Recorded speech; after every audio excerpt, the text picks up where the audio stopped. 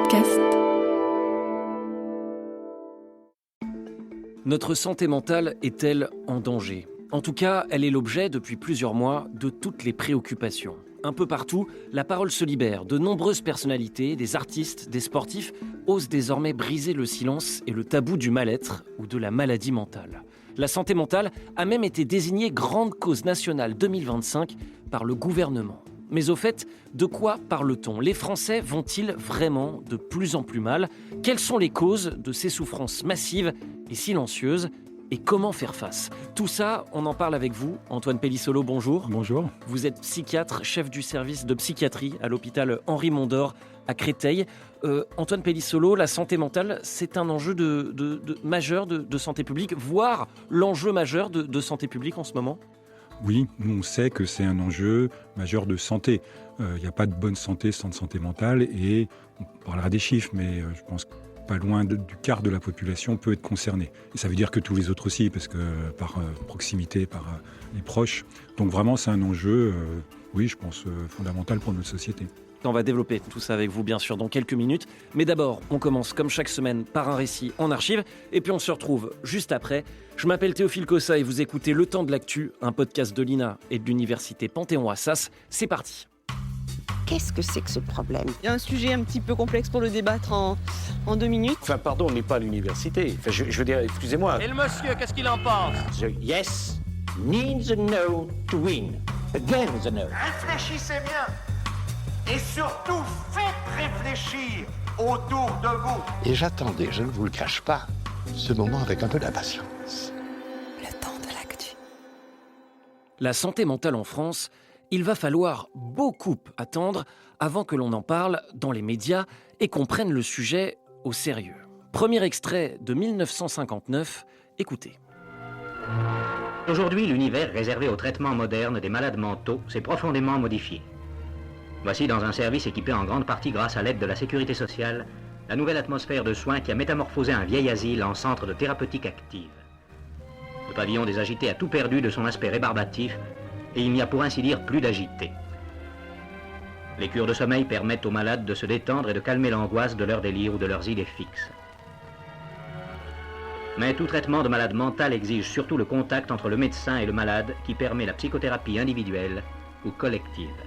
C'est vrai, à cette époque, les soins psychiatriques s'améliorent, mais les clichés perdurent. Il faut attendre les années 70 pour que les regards sur la santé mentale commencent à changer, notamment avec un sujet qui va émerger, le moral des Français. Écoutez ce psychiatre, on est en 1973. Qu'est-ce que c'est qu'un Français morose ? C'est un Français qui a perdu la joie de vivre. Maintenant, vous dire s'ils sont plus moroses qu'avant, j'ai tendance à penser que les gens ont toujours eu des ennuis et que simplement la texture de leurs ennuis a changé. Ils ont une sorte de peur en eux maintenant, et peut-être en partie la peur du progrès qu'ils engendrent eux-mêmes. Et alors, c'est pour ça que leur morosité est liée d'une part tout de même à l'arrière-plan de la bombe atomique, également à la pollution. Au fond, le progrès, qui était une notion extrêmement lumineuse du 19e siècle, devient à l'heure actuelle quelque chose d'un petit peu menaçant. Analyse bluffante tant elle résonne avec l'actualité. Et puis, dans les années 70, on commence aussi à parler des maladies mentales, grâce à certains témoignages très courageux, comme celui que vous allez entendre, diffusé par l'ORTF à une heure de grande écoute dans l'émission Aujourd'hui Madame. À l'époque, c'est inédit. Écoutez, on est en 1979. Je dois vous dire que je suis un maniaco-dépressif. Alors, je reconnais que je suis un malade mental et je me présente en tant que malade mental. C'est une maladie qui est très dure, qui est très difficile et qui est triste. J'essaye de lutter, c'est pour ça que mon épouse a écrit à la télévision pour que vous puissiez venir me voir et dire au public que nous, les malades mentaux, on est un peu les délaissés, les oubliés, et que c'est avant tout une maladie. Il ne faut pas dire fou, il faut dire malade mental. C'est déjà assez malheureux comme ça. On médiatise également un phénomène inquiétant qu'on appelle à l'époque le malaise des jeunes. Analyse d'une médecin on est en 1986. De plus en plus de jeunes se suicident ou tentent de se donner la mort. Qu'est-ce que vous en pensez ? Eh bien, je pense qu'on n'en parle pas assez. Il y a peut-être autant d'accidents de la circulation que de tentatives de suicide en France. Pourquoi on n'en parle pas ? Parce que je crois qu'un suicide implique tout le monde. Nous sommes tous responsables.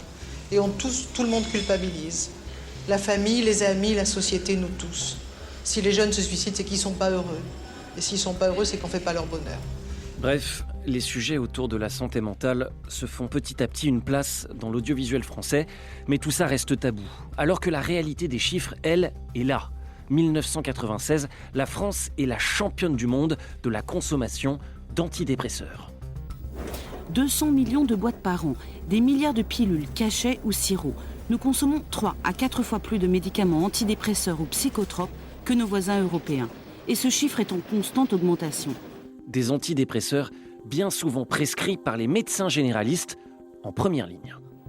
Quand on ne répond pas à la demande du patient en lui prescrivant ce qu'il vient demander en pensant que ça va lui régler les choses, ça nous demande un temps fou. Un médicament, ça ne change pas la vie. Ça va répondre sur le moment, améliorer l'état du patient.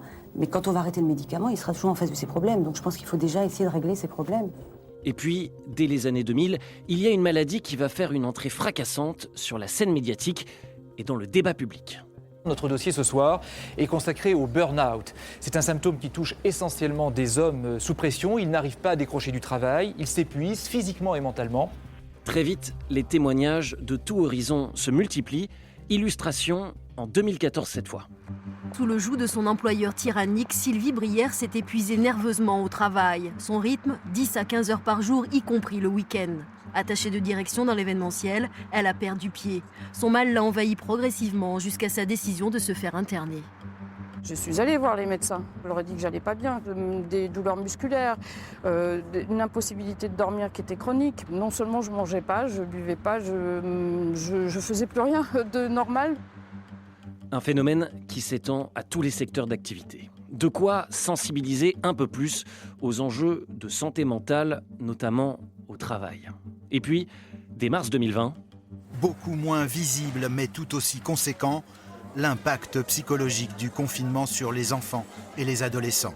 Mais les plus touchés par ce mal-être sont les jeunes adultes.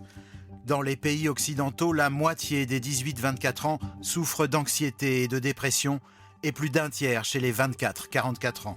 Avec le Covid et les confinements successifs, la santé mentale des Français se détériore. Une tendance qui ne semble pas s'améliorer depuis. La santé mentale, le gouvernement en a même fait sa grande cause nationale pour 2025. Mais au fait, quels sont les chiffres ? Pourquoi cette souffrance qui semble aussi massive que silencieuse ? Et comment faire face ? On en parle dans le temps de l'actu. Avec vous, Antoine Pellissolo. Déjà, pour commencer, une réaction peut-être au récit qu'on vient d'entendre ? Oui, alors c'est assez différent parce qu'évidemment, on a l'impression que c'est un problème qui existe depuis toujours. On a tendance à dire, voilà, c'est le contexte actuel et il y a des déterminants sûrement, en effet, particuliers à chaque époque. Mais on a toujours eu, clairement, les facteurs sociaux, économiques, sociétaux jouent un rôle important dans certaines formes, en tout cas, de troubles psychiques. Effectivement, on a entendu ce psychiatre, j'insistais sur son témoignage assez bluffant, c'était dans les années 70. Je trouvais son analyse assez intéressante, elle vous a parlé ? Oui, puisqu'on voit bien le parallèle aujourd'hui. Alors, il y a des choses différentes à chaque époque. Aujourd'hui, on parle évidemment, récemment, la pandémie, vraiment un événement inédit. On a les perspectives environnementales à long terme qui sont très particulières et notamment on parle beaucoup d'éco-anxiété par exemple qui n'existait pas avant ou alors sous d'autres formes. Donc il y a des particularités à chaque époque et nous ce qu'on essaie de faire au plan un peu scientifique c'est d'analyser vraiment des choses concrètes, objectivables. Et il y a par exemple en ce moment quand même, vous l'avez dit, une hausse très forte des souffrances psychiques des jeunes. Et ça c'est un fait vraiment différent d'il y a 10 ou 20 ans. Et on va y revenir. Alors, dans le récit, on a entendu beaucoup d'affections différentes. On ne va pas tout mélanger. C'est vrai que lorsqu'on parle de santé mentale, ça peut faire référence à beaucoup de situations, à différentes pathologies. Est-ce qu'on peut distinguer peut-être les différents types d'affections ? Alors, bien sûr, sans rentrer trop dans les détails, il y a les troubles anxieux, les troubles dépressifs, qui sont, je crois, les plus fréquents. Et puis, il y a aussi des pathologies plus lourdes. On a entendu les cas de bipolarité, par exemple. Est-ce qu'on peut faire un petit peu le distinguo? Pour simplifier, c'est schématique, mais il y a au moins, il y a 3 cercles, 3 grands cercles. Le plus central, qui résume les pathologies les plus sévères et qui sont relativement fréquentes quand même. Plus de 2 millions de personnes, c'est schizophrénie, troubles bipolaires. Ce sont des maladies à la fois au long cours, qui malheureusement impactent toute la vie du sujet, avec des possibilités, par exemple, de stabilisation, heureusement, mais qui impactent beaucoup et qui perturbent, en tout cas à certains moments, vraiment le contact avec la réalité. La psychose, typiquement, c'est la schizophrénie avec le délire ou des hallucinations, des choses qui sont vraiment des expériences très, très inhabituelles.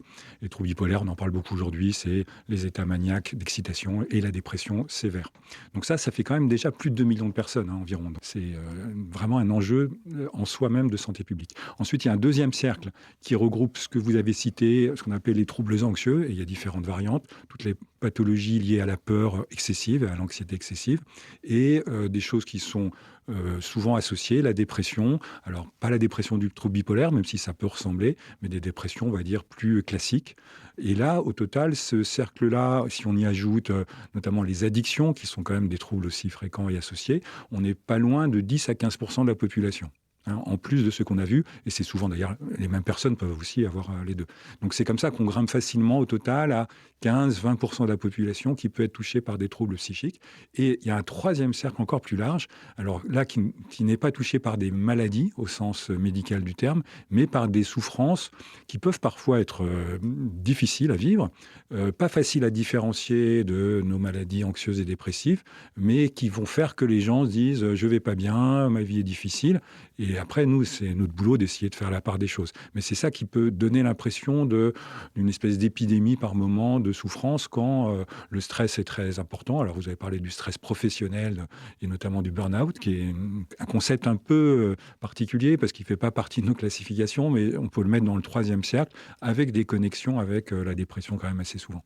Alors, pour qu'on se rende bien compte, vous avez cité quelques chiffres. Je lisais, la maladie mentale et les troubles psychiques touchent près d'1/5 de la population, soit 13 millions de Français. Donc, grosso modo, en additionnant les chiffres que vous avez donnés, on arrive à peu près à ces chiffres-là, c'est ça? Oui, alors je trouve que c'est toujours des approximations, parce qu'on ne les a pas comptés, les 13 millions de personnes. Mais en tout cas, c'est 13 millions de personnes qui, à un moment donné dans leur vie, peuvent être concernées, par exemple, par un épisode dépressif ou de l'anxiété. C'est vraiment pour insister sur vraiment l'importance statistique, mais c'est quand même humain derrière, parce que je vous disais tout à l'heure, ça impacte toutes les familles, par exemple. Comme n'est pas une famille où on n'a pas à bâger une personne, un frère, une sœur, un enfant ou un parent qui peut être touché. La dépression, c'est une maladie fréquente.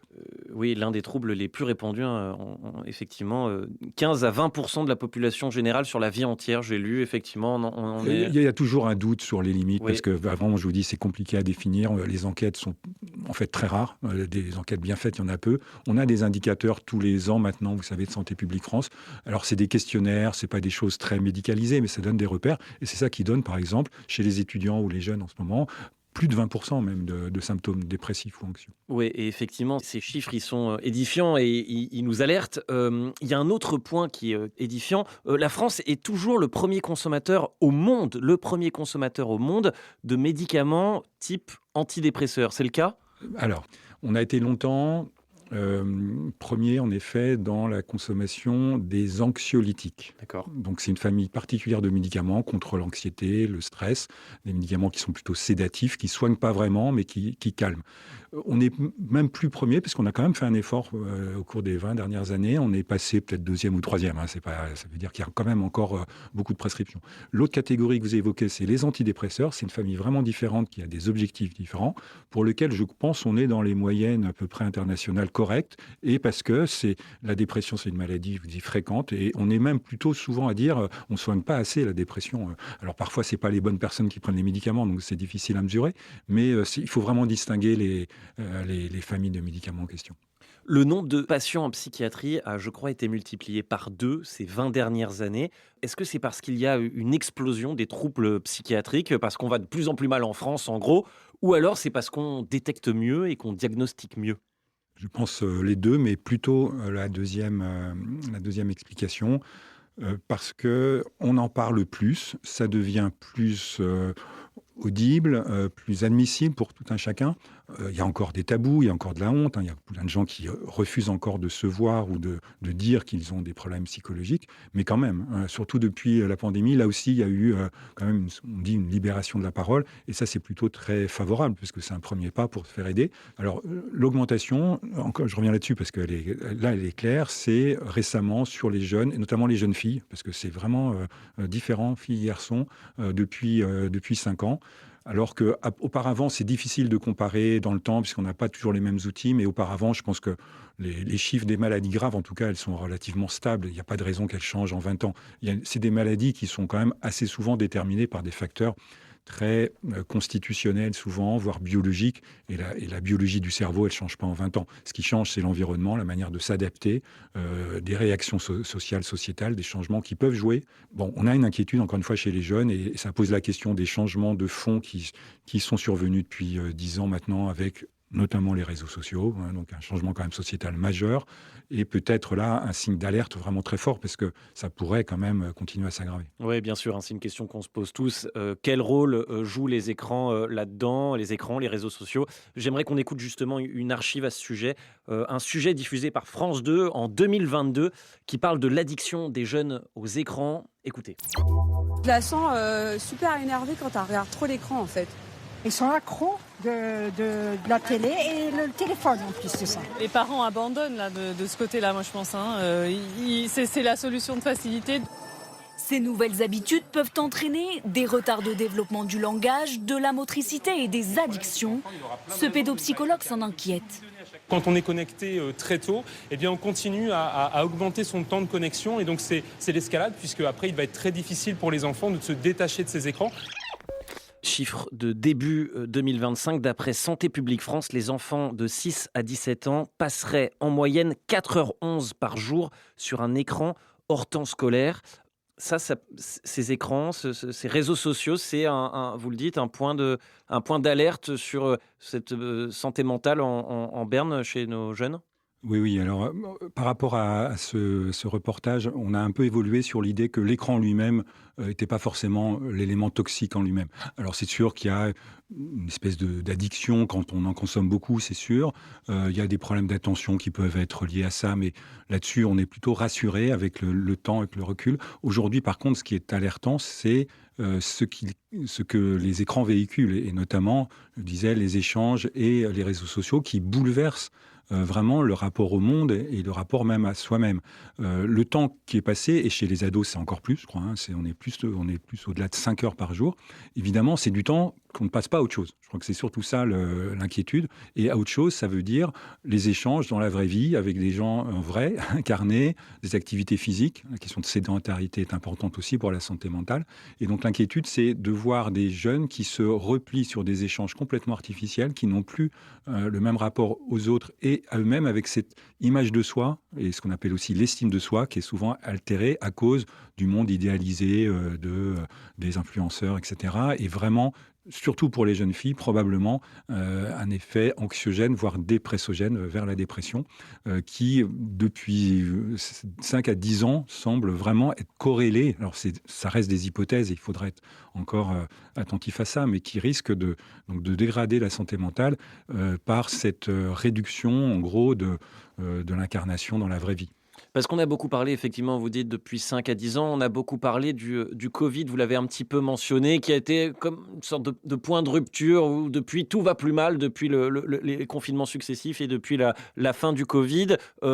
Vous dites pas forcément attention à pas tout mélanger, etc. C'est ce que je comprends. On a vu que c'était un accélérateur de quelque chose qui était déjà en route, puisque les chiffres, ils avaient tendance déjà à progresser avant le Covid, de souffrance, de passage aux urgences, par exemple, chez les jeunes. Donc ça a été un accélérateur, et c'était inévitable, parce que se retrouver distancié comme ça pendant des mois, avec des ruptures de parcours scolaire ou universitaire, ça ne peut pas ne pas avoir d'impact. Mais logiquement, avec la reprise, ça aurait dû se recoudre, entre guillemets. Et finalement, on a l'impression que ça se maintient, voire ça s'aggrave, et probablement parce que des habitudes, alors qui ont été prises sûrement aussi pendant cette période-là, mais qui existent par ailleurs, ont perduré avec, je vous dis, cet appauvrissement de la vie affective et sociale. Et puis, je vous passe aussi tout ce qui est véhiculé. Alors, ça a été le cas pendant la pandémie aussi, mais toujours aujourd'hui, de haine ou de contenu agressif, de harcèlement, encore une fois, plus chez les jeunes filles, sur les jeunes filles que chez les garçons. Donc il y a vraiment cette inquiétude sur comment faire autrement. Le but, c'est pas de dire, de toute façon, on viendra pas en arrière, la technologie, elle est là et elle a beaucoup aussi d'avantages, mais de dire, il faut à tout prix préserver le reste de la vie à côté. De la vie dans, encore une fois, l'affect humain de base. Et lutter contre l'isolement de nos jeunes, et l'isolement en général, mais l'isolement de nos jeunes en particulier. Oui, c'est un facteur essentiel de santé mentale, le lien social, avec deux choses en plus, l'activité physique, on en revient souvent parce qu'on sait maintenant que c'est important, et puis l'épanouissement dans une cause, dans un projet de vie, enfin donner du sens. Bon, ça peut paraître basique, mais on sait que c'est ça aussi qui permet de préserver sa santé mentale. Je le disais en introduction, depuis quelques mois, la parole se libère chez de nombreuses personnalités, des artistes, François Berléand, Yannick Noah, des sportifs, Florent Manodou, Camille Lacour, des journalistes, Nicolas Demorand, qui a publié un livre récemment. Quel regard vous portez sur ce phénomène ? On sent un sursaut dans le débat public. Oui, avec vraiment cette notion de déstigmatisation, comme on dit, parce que la stigmatisation, c'est un peu la double peine. Une maladie qui fait souffrir et qui, en plus, qu'on doit cacher, qu'on ne peut pas dire parce qu'on sait qu'on va être rejeté très souvent dans le milieu personnel, familial, professionnel. Donc le fait que des personnes que vous citez là, qui sont des figures quand même de réussite dans leur métier en général, puissent dire malgré ça, j'ai une maladie, mais que je soigne et dont on peut sortir. Chacun peut s'identifier donc à des figures de réussite, à se dire on peut faire avec, il faut en parler, parce que le seul moyen d'aller mieux, c'est d'en parler, de se faire aider quand on est en prise à cela. Et donc tous ces témoignages-là, moi je le vois chez les malades qui nous consultent, c'est toujours un bon déclic pour dire tiens, ça me dit quelque chose, ça me parle, et vraiment si lui en parle, moi je peux aussi en parler. On a déjà observé par le passé des vagues de libération de la parole à des époques différentes, dans les années 60 ou dans les années 70, par exemple, des moments un peu charnières comme on est en train d'en observer en ce moment. Je pense vraiment peu parce que il y a eu des étapes où on a travaillé, enfin la psychiatrie travaillait sur les maladies, schizophrénie, mais les maladies graves, et les psychiatres s'occupent en plus maintenant, et c'est pour ça que ça fait beaucoup de travail, de l'anxiété et de la dépression, des choses plus fréquentes. Et donc ça fait peu de temps qu'en gros on a cette vision d'ensemble, de l'ensemble de ces souffrances. Et non, alors il y a eu d'autres exemples célèbres, utiles. Un journaliste qui a écrit un livre sur la dépression, Philippe Labro, qui a vraiment été aussi un déclencheur pour plein de personnes qui se sont dit voilà, c'est ça que j'ai, il faut que j'aille consulter. Il y a Emmanuel Carrère qui a fait un très beau livre aussi sur son trouble bipolaire. Donc ça revient régulièrement, mais là il y en a évidemment plus qu'avant parce que encore une fois il y a cet effet de dire la santé mentale ça concerne tout le monde et il faut changer le regard. Le gouvernement en a même fait, on le disait, sa grande cause nationale 2025. Vous en pensez quoi ? C'est un effet d'annonce ou c'est une vraie prise de conscience des pouvoirs publics ? Alors, je pense que c'est une prise de conscience qui a été, qu'on a dû pousser beaucoup parce que ça fait plusieurs années qu'on espère que ça peut advenir. Donc là, il y a une avancée. L'année n'est pas terminée, on est au bout de 6 mois, mais on attend, nous, malheureusement, toujours un peu des mesures qui soient des mesures actives. Alors évidemment, le fait de faire de la communication, c'est bien, la déstigmatisation, l'information, je vous disais, c'est bien, mais on est dans un tel état de crise de la psychiatrie, là, si on parle vraiment des soins, qu'on attend en plus des mesures, comme un peu l'image, notre idée quand on faisait ces demandes, c'est un peu comme le plan cancer qui a existé il y a plusieurs années, ou le plan Alzheimer pour lequel on investit, la nation investit pour dire on a un problème qui coûte à la fois humainement et économiquement aussi à la nation, pour plein de raisons, ça vaut la peine d'investir. Alors en ce moment, c'est plus dur sûrement qu'à d'autres périodes, mais c'est vraiment incontournable, parce que là, le système se dégrade malheureusement, notre système de psychiatrie actuellement. Oui, cette santé mentale en berne, elle coûte très cher. J'ai lu, au total, avec plus de 23 milliards d'euros par an, les dépenses remboursées au titre de la souffrance psychique et des maladies psychiatriques sont le premier poste de dépenses de l'assurance maladie devant les cancers et les maladies cardiovasculaires. C'est fou.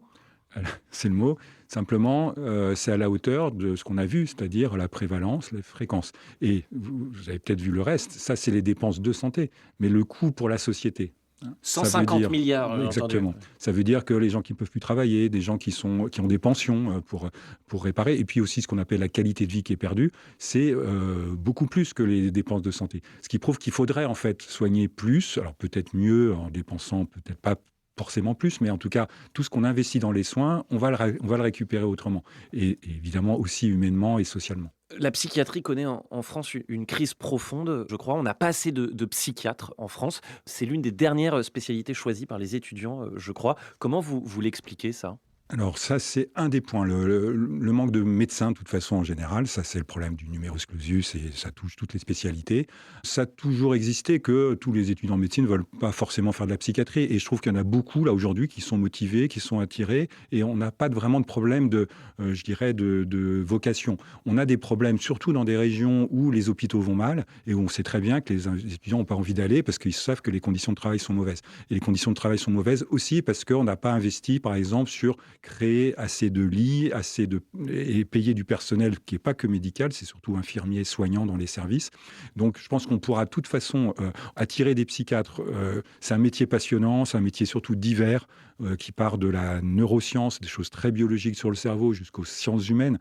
Et par contre, les conditions de travail, les conditions de soins, c'est-à-dire trouver du sens à son travail, ça veut dire avoir l'impression de faire du bon travail avec des patients qui sont en souffrance. Ça dépend vraiment de l'organisation, notamment des hôpitaux. Et là, il y a beaucoup de choses à faire pour rattraper beaucoup de retard. Donc je comprends, il faut de l'argent, des moyens. Quoi d'autre ?